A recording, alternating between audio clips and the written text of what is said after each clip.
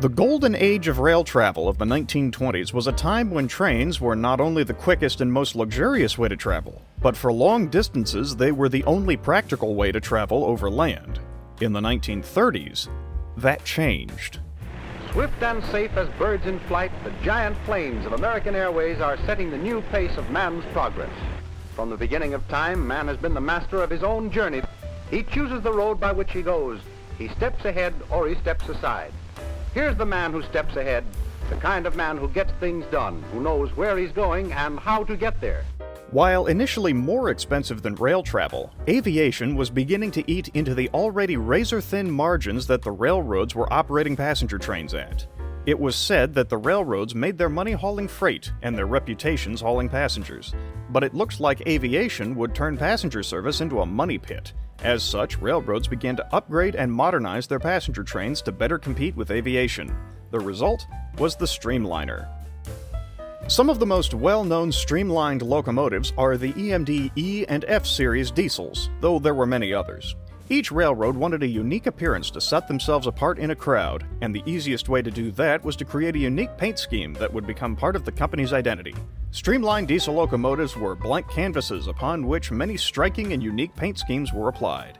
Here are just a few.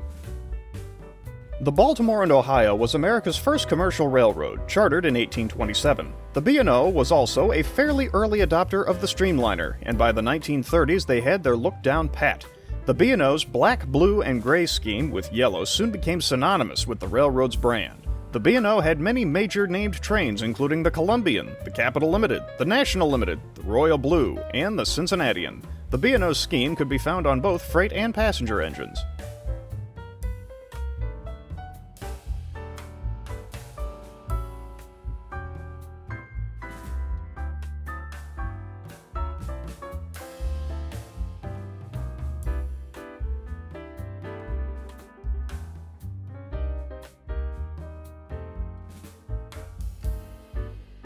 The Richmond, Fredericksburg, and Potomac Railroad also went with a blue and gray paint scheme, but it was distinct enough that it was not likely to be confused with the B&O. The RF&P, known to some as the Run Fast and Push, was a key bridge line between Richmond, Virginia, and Washington, D.C. It played host to many different railroads and their southbound streamliners.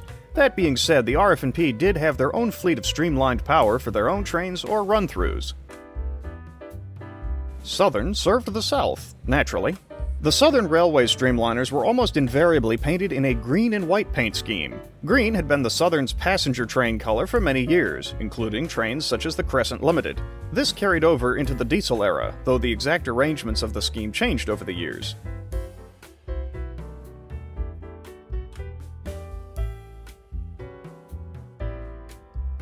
The Seaboard Airline was one of two major competitors that ran through the southeastern United States from Washington by way of the RF&P to Florida.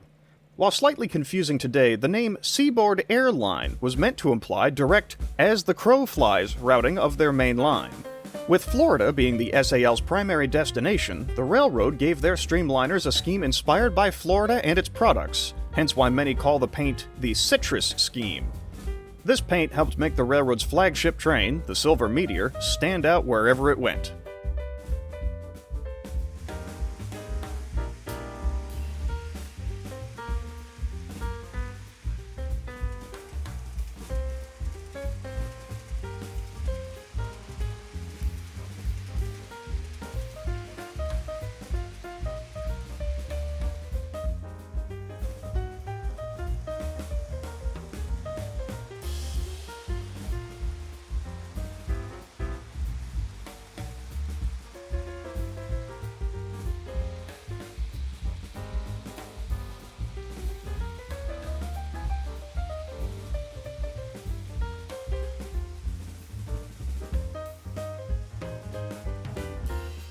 The Atlantic Coast Line was the other major Washington to Florida Southeastern Railroad. The ACL chose a more refined but still striking purple and gray paint scheme for their streamlined diesels. The ACL's top-line passenger train was called the Champion, and the look of the train could not be much more of an opposite to the Seaboard Airlines' flashy citrus paint. The Atlantic Coast Line and Seaboard Airline would merge in 1967 to form the Seaboard Coast Line.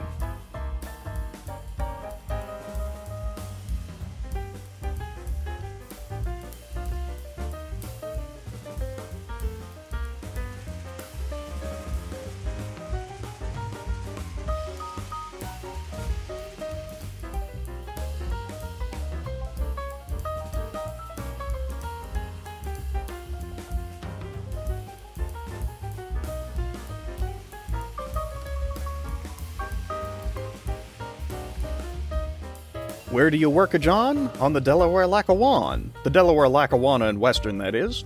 Sometimes jokingly referred to as the Delay, Linger, and Wait, the Lackawanna was primarily an east-west road from Hoboken, New Jersey to Buffalo, New York, running through northern Pennsylvania and the heart of the anthracite region. The hard coal, which was ideal for steelmaking, was the railroad's bread and butter, but trains like the Lackawanna Limited and the Phoebe Snow cemented the DL&W's image as a titan of Northeastern industry. The railroad chose a gray, maroon, and yellow paint scheme for their locomotives, and this would remain even after the company merged with the ever-bankrupt Erie Railroad to form Erie Lackawanna.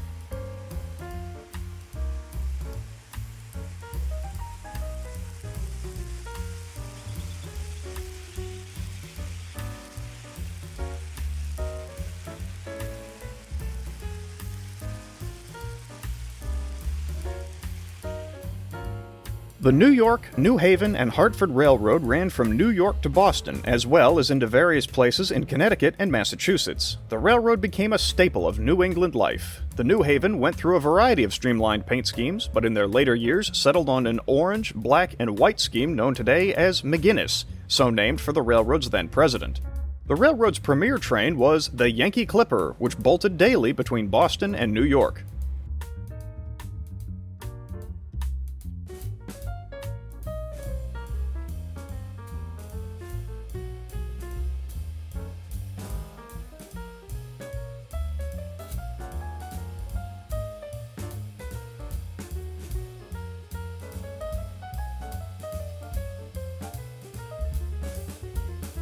When one thinks Streamliner, one of the first trains to come to mind is the Super Chief.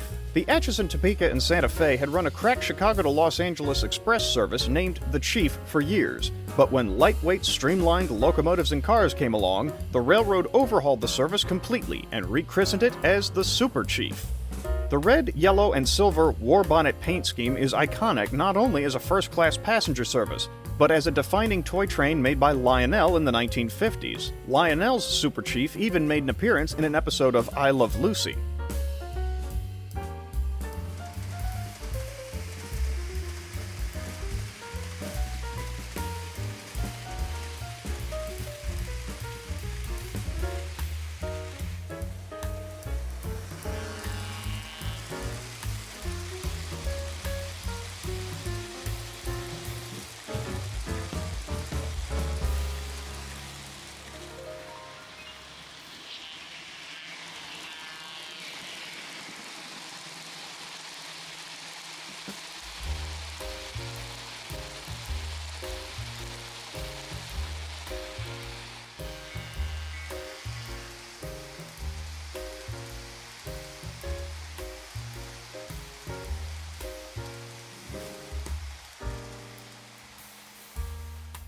The Gulf, Mobile, and Northern and the Gulf and Ohio Railroads merged in 1940 to create the Gulf, Mobile, and Ohio Railroad, which also acquired the Alton Railroad in 1947.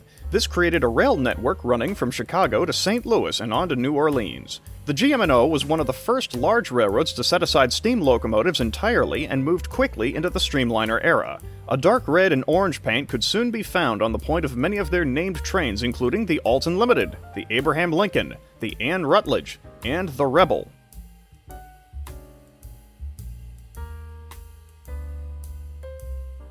Also in the Midwest was a mighty good road, the Rock Island Line, otherwise known as the Chicago, Rock Island, and Pacific. The Rock Island's early streamliner paint was varying shades of red stripes with a lighter color following. This became the signature look of the rocket services that blanketed the Midwest, running from Chicago into Iowa, Colorado, and Texas, to name only a few. In later years, the Rock Island would adopt a simpler red and yellow paint scheme for their streamliners. The Rock Island was one of the few companies not to opt into Amtrak initially.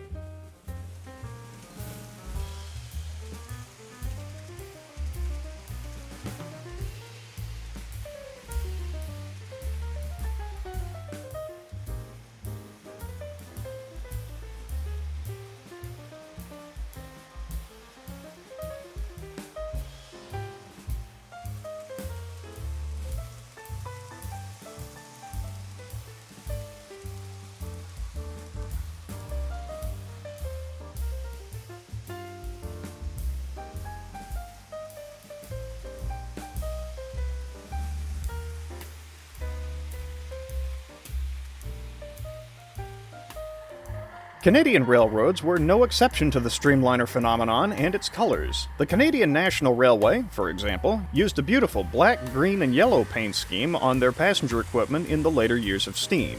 Their FPA-4 passenger diesels were delivered in the mid-1950s in this same paint scheme.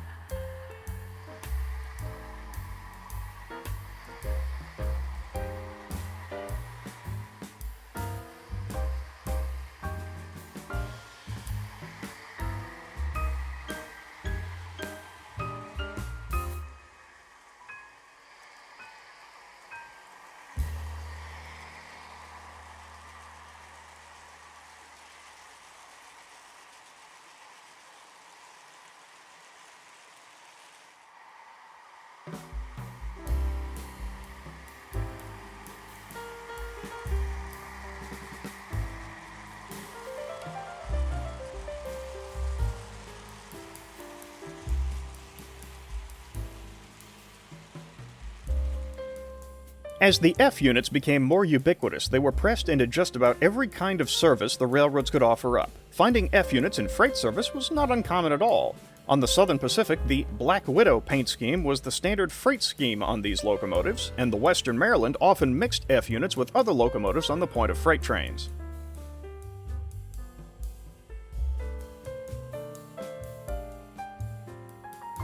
Eventually, more practical road switcher locomotives began to displace the streamlined locomotives in freight service, and Amtrak was created in 1971 to take over passenger service from the major railroads if they so wished, which the majority did. While the bulk of the old streamlined diesels were scrapped, many were preserved. Some remained with their owning railroads to pull office car specials, while others went to museums. In 2014, 27 streamlined locomotives were gathered at the North Carolina Transportation Museum near Salisbury, North Carolina, for a once-in-a-lifetime gathering and reunion of streamlined locomotives from all over the United States. While their numbers have dwindled, their impact on the course of the railroad industry can't be overstated. While gone from the main line, they are not forgotten. Be it for historical impact or just for pure aesthetics, railroad aficionados all over the world still fondly remember those colorful streamliners.